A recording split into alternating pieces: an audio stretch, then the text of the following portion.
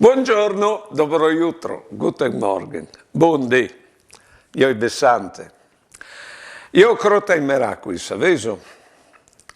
Allora, mi contava una femmina che ha fatto 25 anni di matrimonio col somp e ha avuto anche due figli. Poi bene, a un certo punto, lunedì il somp e dice, vedo che io a te non ti hai mai voluto bene, sai tu?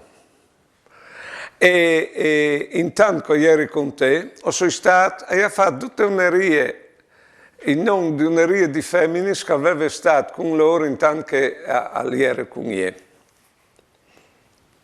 E dopo la domandata la separazione.